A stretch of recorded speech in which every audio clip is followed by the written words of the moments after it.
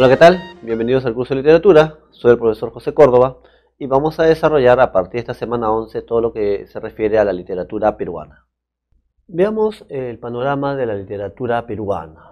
A partir de esta semana 11, entonces desarrollaremos todo lo concerniente a la literatura peruana desde la época, digamos, de la conquista hasta llegar a lo que es el siglo XX.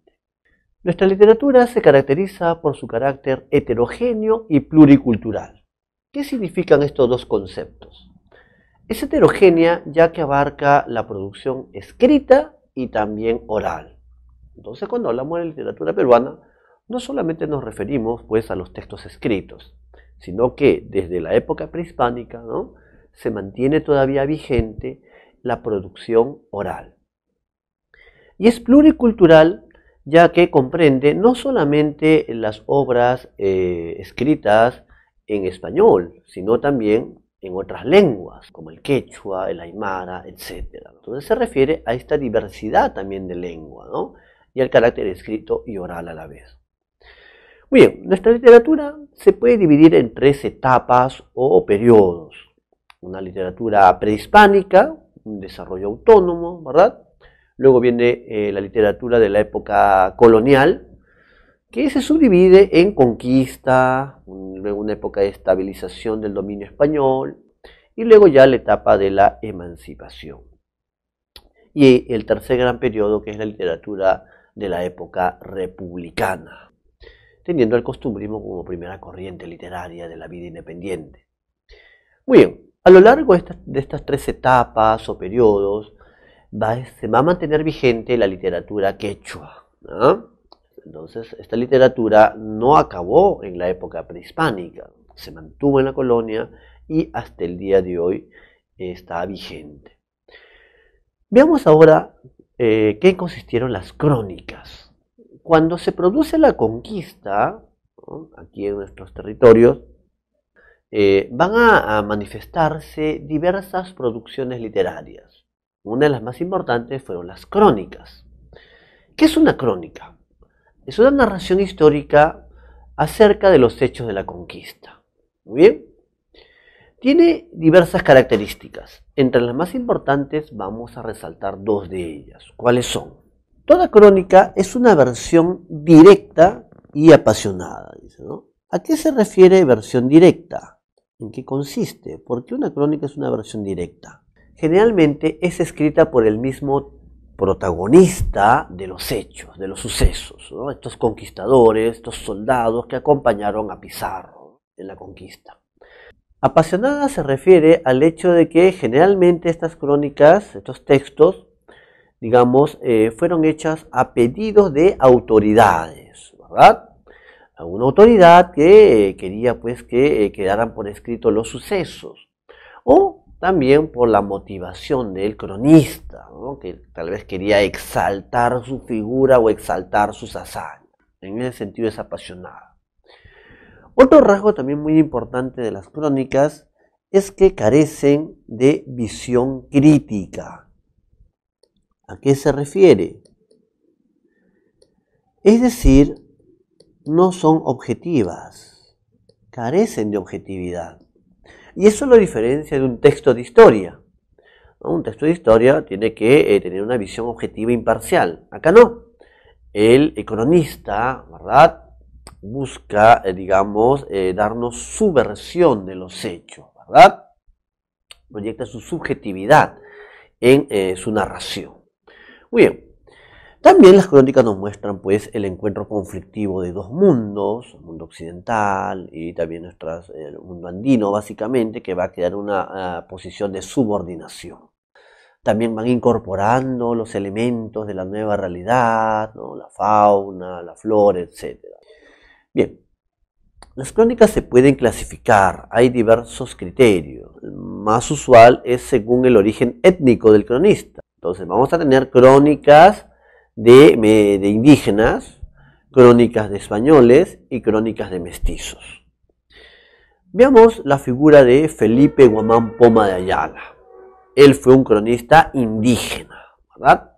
Su obra se titula Nueva Crónica y Buen Gobierno. Este texto fue descubierto recién en el siglo XX, en una biblioteca en Dinamarca, y a partir de ese momento comienza su valoración, ¿verdad? Su conocimiento, su difusión. Estuvo perdido durante muchos siglos. Sobre el autor no son muchos los datos que se conocen, salvo los que aporta pues, en su obra. Nació al parecer en Ayacucho, en San Cristóbal de Suntuntu, un pueblo, ¿verdad? Menciona pues que su familia al parecer durante la época incaica ocupó cargos importantes a nivel regional. Su apellido está relacionado a dioses tutulares, su nombre y apellido, ¿no? Huamán, la serpiente, ¿verdad? Poma por el puma. Y Ayala sí se debe al parecer a que un antepasado suyo, ¿verdad?, ayudó a un conquistador español y adoptó el apellido de Ayala. Muy bien. Huamán Poma va a recorrer muchos pueblos del Perú y va a ser testigo pues, de los abusos, va a tomar conocimiento de los abusos que se cometían contra los indígenas. Va a trabajar para diversos funcionarios españoles. Y luego va a componer esta crónica, ¿no? Esta carta crónica. Muy bien. Al parecer no hay, digamos, datos acerca de su fecha de nacimiento y muerte, ¿no? Pero por ahí se le sitúa 1535 aproximadamente a 1600 y comenzando en 1600 va a fallecer. Bien, la obra se divide en dos partes. En la nueva crónica, básicamente, Huamán Poma describe el mundo andino prehispánico. ¿Ah? Y acá se puede apreciar cómo va a enlazar su obra con el discurso bíblico occidental, con la historia occidental, ya que él va a dividir el mundo en diversas edades, según el discurso bíblico. E incluso nos va a narrar pues que fueron los descendientes de Noé los que llegaron por estos territorios y, digamos, de alguna u otra manera estaremos emparentados a Occidente. Por lo tanto, ahí se aprecia una estrategia discursiva, ¿no? Cómo intenta insertar la historia andina dentro de una historia mayor, la historia occidental. También nos va a narrar la historia de los incas, ¿verdad? En esta primera parte. Luego, en El Buen Gobierno ya trata sobre la conquista española y sobre todo los abusos cometidos por las diversas autoridades contra la gran masa indígena. Huamán Poma lo que va a proponer son mejoras para aliviar esta situación de opresión en que vivían los indígenas. Ahora, el destinatario de esta carta crónica fue el rey de España, Felipe III, ¿no? Y vamos a encontrar en esta obra, que tiene más de 1000 páginas, un lenguaje iconográfico. Es decir, vamos a encontrar muchos dibujos hechos por el autor, que aportan una valiosa información acerca de lo que fue, pues, digamos, la historia incaica o también lo que sucedió a partir de la conquista. También se puede apreciar cómo hay una mezcla de diversas lenguas. Huamán Poma va a emplear, por ejemplo, el español, aunque no lo dominaba bien, ¿no? El latín, el quechua, el aymara, ¿no? Sin embargo, la sintaxis es quechua, ¿no? Su lengua materna. Y allí se evidencia cómo está presente la oralidad de la época anterior, de la época prehispánica. Huamán Poma tiene una mirada negativa acerca del mestizaje.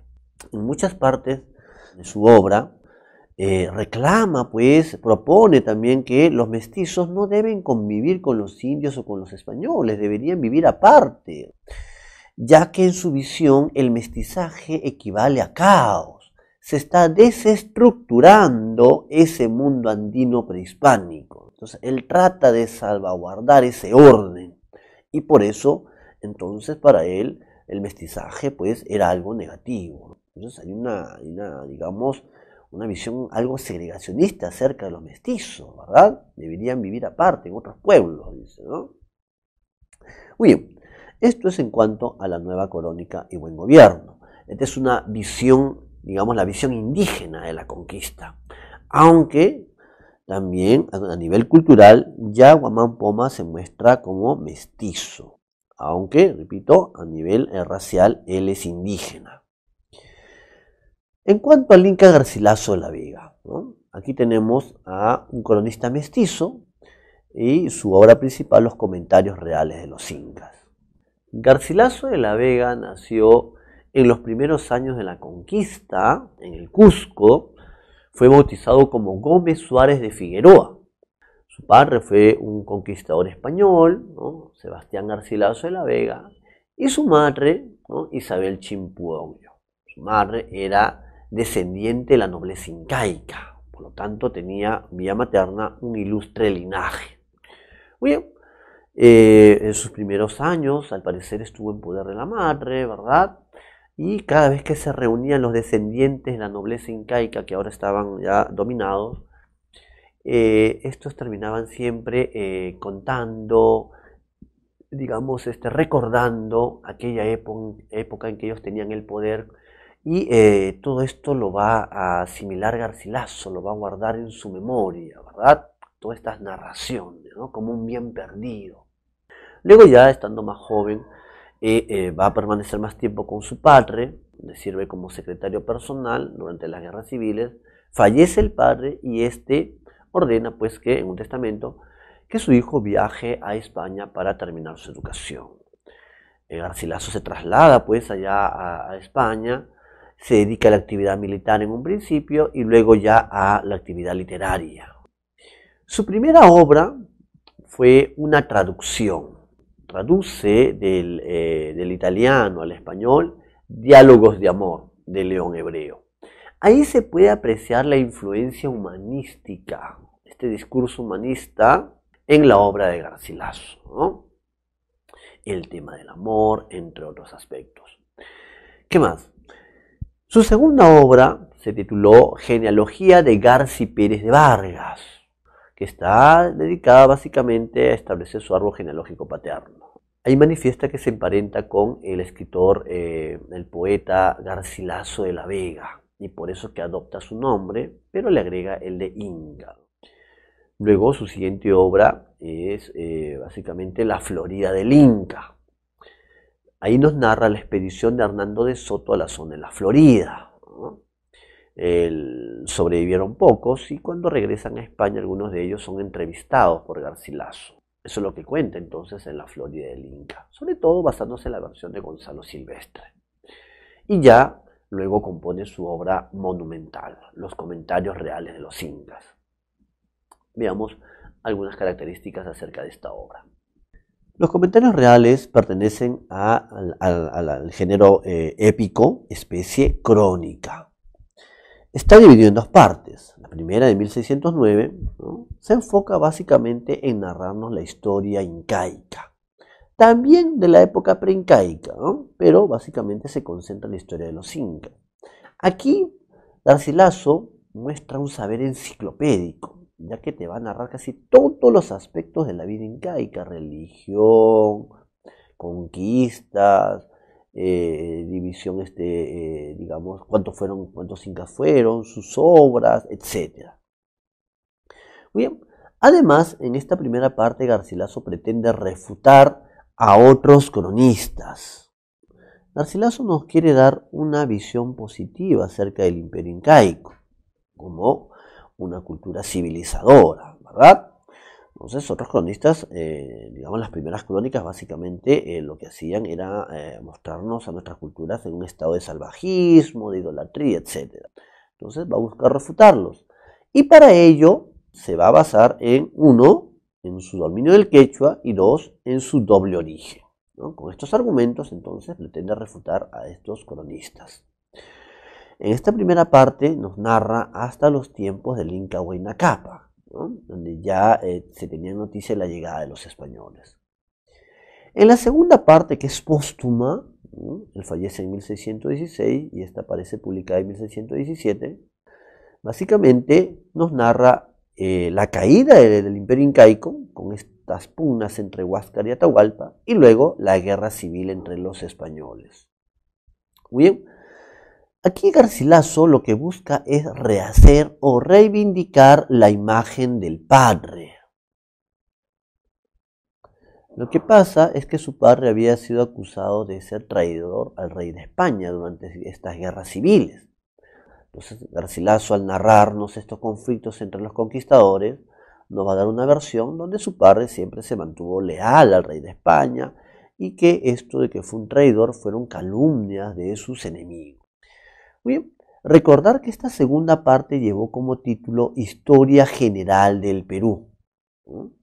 La segunda parte de los comentarios reales se titula así. Tener mucho cuidado si el enunciado dice, ¿no? Marque usted que el enunciado corresponde a Historia General del Perú. Recordar entonces que nos están preguntando por la segunda parte de los comentarios reales. Veamos ahora lo que fue el teatro quechua colonial, como otro gran tema. Este teatro quechua colonial va a tener su origen en la labor de los curas catequizadores, evangelizadores. Recuerden que cuando se produce la conquista, entonces se busca adoctrinar a la gran masa indígena. Se va a haber muchos españoles que van a aprender el quechua con el fin de hacer este adoctrinamiento. Entonces van a representar, ¿no? Algunos pasajes bíblicos en lengua quechua. Bien, así se da origen a este interesante fenómeno del teatro quechua colonial. Al principio, pues, estas obras tienen un carácter religioso, pero otras no los van a tener, como el caso del Ollantay.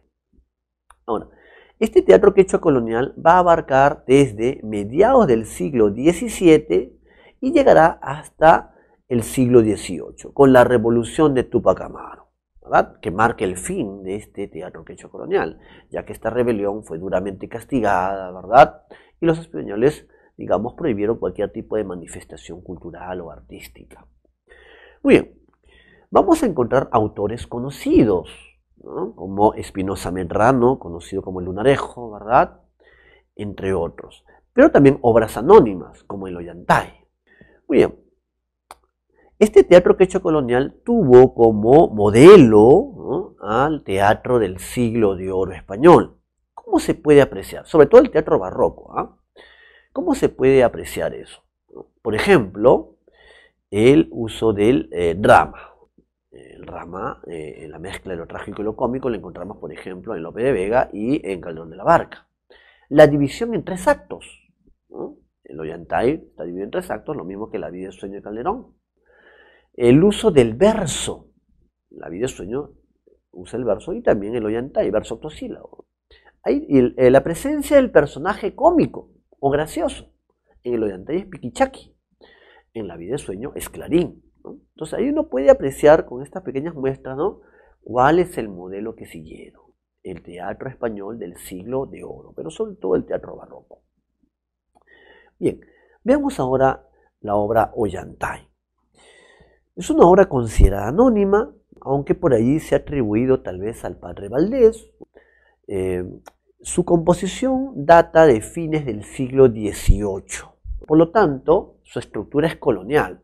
Cuando recién se dio a conocer surgieron diversas hipótesis sobre su origen, una hipótesis incaísta que decía que la obra había sido compuesta en la época prehispánica, luego una hipótesis colonialista, finalmente una hipótesis intermedia, ¿verdad?, ecléctica, donde si bien la estructura es colonial, al parecer encontramos ciertos temas, elementos que provienen desde la época prehispánica. Veamos algunos elementos muy importantes acerca de la parte formal de esta obra que hay que tener en cuenta para las evaluaciones. El Ollantay pertenece al género dramático, especie drama. Está dividida en 3 actos, usa el verso octosílabo y contiene rima consonante. Muy bien. Van a destacar 2 grandes temas, el poder y el amor, ¿ya? El tema del poder está, digamos, representado en los 2 incas que aparecen, Pachacútec y Tupayupanqui. Pachacútec encarna el ejercicio del poder autoritario, severo, inflexible. Y Tupayupanqui más bien es un poder asociado a la benevolencia, su poder magnánimo, asociado incluso al perdón. Y el tema del amor lo vamos a tener justamente en este personaje que es el general Ollantay, que se va a revelar ante el Inca Pachacútec por el amor de Cusicoyo. Muy bien. Al inicio, Ollantay está conversando con su sirviente, Piquichaki, ¿verdad?, en la gran plaza del Cusco, preguntándole si ha visto a su amada Cusicoyur. Luego en este diálogo aparece Wilcauma, advirtiéndole pues que el Inca no va a permitir ese romance. Ollantay se sorprende porque no le había comentado nada. El Wilcauma le dice pues que él conoce lo que hay en su corazón. El Wilcauma es una especie de sacerdote y adivino. Muy bien. Lo aconseja, pero Ollantay le manifiesta que no puede abandonar a Cusicoyo porque ya se ha casado en secreto, ha habido un enlace secreto. Muy bien. En una siguiente escena, Ollantay está ante el Inca Pachacútec solicitándole la mano de su hija, ¿verdad? Le expone los méritos que él ha conquistado y ha, digamos, ha doblegado a sus enemigos. Pachacútec también le dice que lo ha sabido corresponder, lo ha ensalzado. Recuerden que Ollantay comanda o lidera todo un suyo, ¿no? Él es el gobernador del antisuyo. Pero Ollantay le pide una merced más, la mano de su hija. La respuesta de Pachacútec es contundente, no, debido a que Ollantay es un plebeyo, es un runa, no pertenece a la nobleza. ¿Bien? Ante esta negativa, Ollantay se va a retirar y amenaza con convertirse en el azote del Cusco, en el enemigo del Cusco, ¿no? Y va a liderar una gran rebelión. Bien, Pachacútec, al enterarse pues los amoríos de su hija, entonces decide castigarla, la encierra en el Ayahuasi, en un calabozo. Ollantay, por más que busca a su amada, no la encuentra. Además, el Inca Pachacútec manda a su otro gran general, Rumiñahui, a sofocar esta rebelión. Muy bien, pero va a ser derrotado Rumiñahui. Pasan los años, muere Pachacútec, asume el trono Tupac Yupanqui, le da otra oportunidad a Rumiñahui y esta vez este general va a apelar a la astucia, a un ardid. Va a ir a la fortaleza de Ollantay, le va a decir que el nuevo Inca es un tirano, que lo ha maltratado y quiere pertenecer a su ejército. Hay una gran celebración. El ejército de Ollantay pues ha celebrado mucho, está desguarnecido y las tropas de Rumiñahui que estaban camufladas ingresan a la fortaleza y capturan al rebelde sin necesidad de una batalla, ¿no? Al rebelde y a sus principales generales. Entonces es Rumiñahui quien captura a Ollantay mediante un engaño, ¿correcto? Bueno, lo llevan ante el Inca Tupac Yupanqui. ¿Y qué hace Tupac Yupanqui? Lo perdona. El Inca quiere pacificar su reino, se va a ausentar del Cusco, ¿no? Así que no le conviene dejar una rebelión tan cercana. Entonces lo devuelve en el cargo incluso de general a Ollantay y le dice que en su ausencia él gobernará el Cusco. En ese momento, ¿no?, que lo ha perdonado, aparece una niña en el palacio. ¿Quién es este personaje? Imazuma. Imazuma es la hija de Ollantay y de Cusicoyo. Cuando Cusicoyo fue encerrada en el Ayahuasca y estaba embarazada, da a luz una niña. A esta niña pues le hacen creer que es huérfana, crece pues allí en el Ayahuasca. Muy bien. Y un día escucha el llanto, el dolor de una mujer en un lugar que le estaba prohibido a ella. Ingresa a este sitio y ahí encuentra pues a Cusicoyo, quien la reconoce, le pregunta su nombre y se reconocen como madre e hija, ¿verdad? Como Cusicoyo está encerrada en un calabozo, es Imazuma quien escapa para solicitar ayuda. Por eso aparece en el palacio del Inca. Él es el único que puede ayudar a su madre, que es una mujer que sufre mucho. Así que todos deciden ir a la Ayahuasca, ¿no? El Inca, Ollantay, Wilcahumo, entre otros. Muy bien, cuando llegan a este lugar, encuentran desmayada a Cusicoyo y el Inca, pues, cuando vuelve en sí, le comienza a preguntar: ¿cuál es tu castigo? ¿Por qué estás acá? ¿No? ¿Quién te ha castigado? ¿Qué delito has cometido? Cusicoyo, que todavía no reveló su identidad, menciona que está allí por desobedecer a su padre y que fue su padre el Inca Pachacútec. Allí Tupac Yupanqui reconoce que es su hermana, que hace muchísimos años no la encontraba. Ollantay, que estaba junto al Inca, también al escuchar el nombre de su amada, entonces la abraza fuertemente, ¿verdad? Se reúne la familia, sabe que esa niña es su hija ahora y están temerosos de lo que decida el nuevo Inca. Pero muestra su bondad al permitirles que estén juntos ahora, ¿verdad? Y ahí tenemos entonces un final feliz, el reencuentro de Ollantay con su familia. No se olviden acerca de los roles de los personajes. Kusikoyur es la amada de Ollantay y Masuman es el fruto justamente de este amor, ¿verdad? Rumiñahui es el general que captura a Ollantay con un ardid. Piquichaki es el personaje gracioso. Wilcauma es el sumo sacerdote y adivino a la vez, ¿no? Y el que encarna el poder, digamos, autoritario es Pachacútec y el poder magnánimo es Tupac Yupanqui. Desarrollemos ahora los ejercicios propuestos en la separata. Ejercicio 1. La literatura peruana incluye obras cuya producción se realizó y se realiza utilizando diferentes medios, como la oralidad y la escritura. Por eso se dice que es una literatura, habíamos dicho, es una característica importante de esta literatura, es su carácter heterogéneo, ya que incluye la producción escrita y la producción oral, ¿no? ¿Por qué no la ve pluricultural? Pluricultural se refiere a las lenguas, como el español, el quechua, el aymara o las diversas lenguas amazónicas que tenemos. Acá se refiere básicamente a la escritura y la oralidad. Eso es carácter heterogéneo. 2. Marque la alternativa que completa correctamente el siguiente enunciado sobre las crónicas y sus características. Se sostiene que las crónicas son una versión más o menos apasionada de los hechos que relatan. ¿Por qué? ¿Por qué es una versión apasionada? Porque responde al pedido de alguna autoridad o al propósito del cronista, ¿verdad?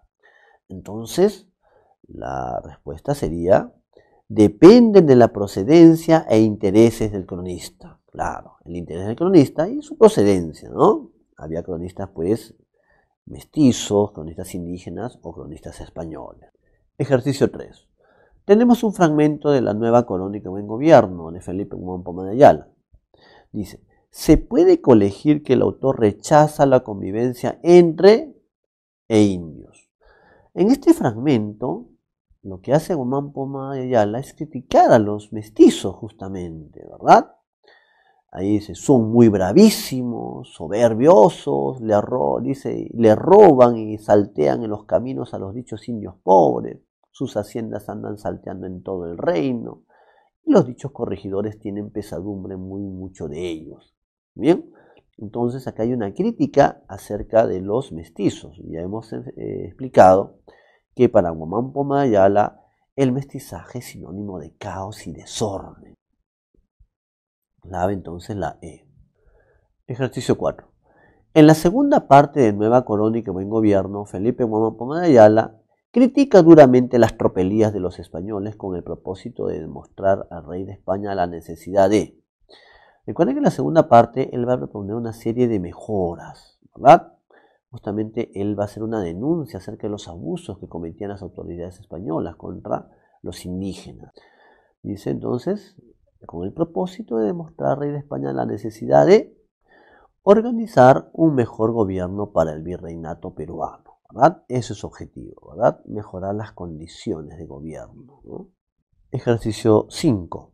En la siguiente ilustración de Nueva Crónica y Buen Gobierno de Felipe Huamán Pomar de Ayala, podemos apreciar la ejecución de Atahualpa. Marque la alternativa que solo contiene los enunciados correctos sobre dicha ilustración. Bien. Si te va a mencionar la ejecución de Atahualpa, eso entonces pertenece a la segunda parte, el Buen Gobierno, ¿ah? Porque ahí nos narra la conquista de los españoles, ¿verdad? Y eso, la ejecución de Atahualpa ocurre durante ese momento, en ese contexto. Bien, corresponde a la segunda parte de la crónica, verdadero. Describe el mundo andino prehispánico, falso, porque el mundo andino prehispánico se narra en la primera parte. Y la muerte de Atahualpa no corresponde a la primera parte. Representa una escena de la conquista, verdadero. Rechaza el mestizaje por representar el caos. En esa imagen no hay referencias al mestizaje. Entonces la clave sería, los únicos enunciados correctos serían 1 y 3. La E. Ejercicio 6. Lea el siguiente párrafo y luego marque la alternativa que contiene la secuencia correcta sobre la verdad o falsedad de las palabras subrayadas. Dice: la obra del Inca Garcilaso de la Vega está influenciada por el barroco. Falso. Garcilaso tiene influencia del Renacimiento. Recuerden, en su primera obra encontramos la corriente del humanismo. Y el humanismo es la base, digamos, de pensamiento del Renacimiento. Además, justamente por influencia del Renacimiento, su prosa es equilibrada, es armoniosa, ¿verdad? Es elegante. Así, la traducción de Diálogos de Amor del italiano León el Hebreo expone el humanismo en su obra, Verdadero. Por otro lado, su primer acercamiento a la labor de cronista la representa la Florida del Inca. Verdadero, porque en la Florida del Inca nos va a narrar, digamos, la expedición de Hernando de Soto a la zona de la Florida, lo que hoy es Norteamérica, basándose en la versión de Gonzalo Silvestre. Por lo tanto, es una crónica, te está narrando un hecho histórico, ¿correcto? Entonces, ese es Verdadero. Libro que se basó en el testimonio de sus amigos y familiares del Perú, falso. No se basó en esos testimonios, sino en el de Gonzalo Silvestre. Por lo tanto, la secuencia sería falso, verdadero, verdadero, falso. La clave entonces es la C. Ejercicio 7. Con respecto a la verdad o falsedad de los siguientes enunciados sobre las características de los comentarios reales de los incas. La secuencia correcta, ¿cuál sería? A ver. Su especie es la crónica, que forma parte del género dramático. La especie crónica es correcto, pero no forma parte del género dramático, sino del género épico. En la primera parte busca rectificar la obra de otros cronistas, Verdadero. Busca rectificar basándose justamente en su doble origen y en su dominio del quechua. Su estilo es neoclásico, en el que mezcla el latín y el quechua, falso. Su estilo, hemos dicho, es renacentista. En la segunda parte se elogia el origen noble de la madre. En la segunda parte lo que hace Garcilaso es reivindicar la figura paterna, que había sido pues acusado de ser traidor del rey de España. Él va a rehacer la imagen del padre ante la historia, ¿no? Entonces, falso. El ejercicio 7 tiene como clave la alternativa C. Ejercicio 8. Tenemos un fragmento que pertenece a la primera parte de los comentarios reales de los incas. Se puede sostener que principalmente el autor, dice, ¿no? A ver, ¿qué menciona aquí Garcilaso? Dice, los cristianos se entendieron conforme a su deseo, imaginando que el indio les había entendido y respondido a propósito, como si él y ellos hubieran hablado en castellano. Aquí te va a narrar acerca de un indio que va a ser capturado por los españoles, y a partir de dos palabras que él va a mencionar, se va a derivar el nombre Perú.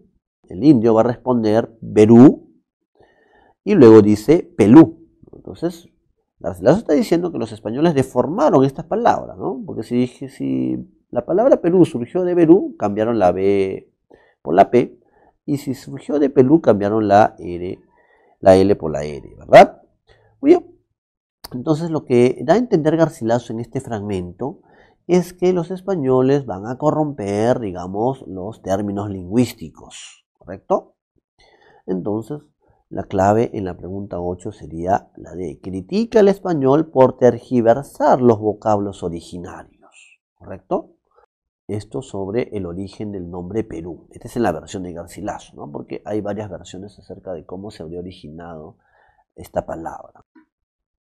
Ejercicio 9. El teatro quechua colonial se caracteriza porque las obras son compuestas en lengua quechua, pero siguiendo los modelos del teatro español del siglo de oro. Es decir, si siguen estos modelos del teatro español del siglo de oro, entonces se puede apreciar en el uso del verso, se escribe en verso, y en el uso del octosílabo. La clave entonces es la C. Finalmente, ejercicio 10. Tenemos un fragmento de la obra Ollantay y nos piden lo siguiente. Se puede inferir que el protagonista, a partir de lo expresado, ¿qué está manifestando Ollantay? De su parlamento. Dice: valor tengo bastante para hacerle saber al arrogante inca que este año de atacar desista. Entonces sus soldados habrán de sucumbir, ora cansados, ora enfermos, o en fin, porque incendiados serán sus campos en tan larga marcha. Aquí Ollantay entonces va a dar inicio a su rebelión contra el Inca Pachacútec, porque ha sido rechazado su pedido de mano por Cusicoyo. Entonces, la clave para el ejercicio 10 es la D, ¿no? Liderará una gran rebelión luego del rechazo del Inca Pachacútec, ¿no? Eso ha sido todo por esta sesión. Nos vemos en la siguiente clase.